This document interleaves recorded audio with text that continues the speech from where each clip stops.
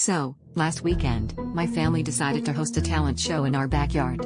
You know, one of those wholesome family bonding activities that somehow always go awry.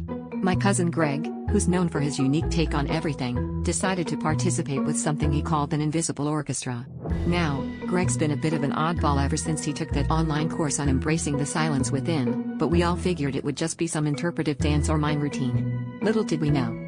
The show started with my Uncle Bob's classic stand-up routine about his adventures in retirement, followed by my little sister performing a surprisingly not terrible rendition of Let It Go.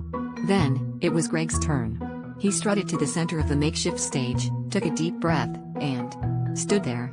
At first, we thought it was part of a dramatic build-up, but after a solid minute of silence, it became apparent that this was the act. He stood there, conducting with exaggerated arm movements, looking as if he was lost in some complex symphony nobody else could hear.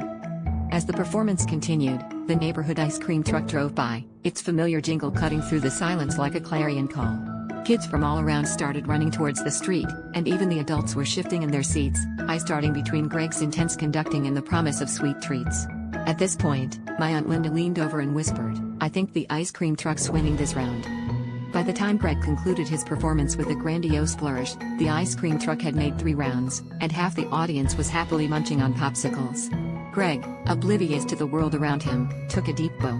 Someone in the audience yelled, "Bravo!" But it was unclear if it was meant for Greg or the chocolate-dipped cone they were holding. As Greg stepped down, looking rather pleased, my dad turned to me and said, "Well, at least Greg's performance had some sweet accompaniment."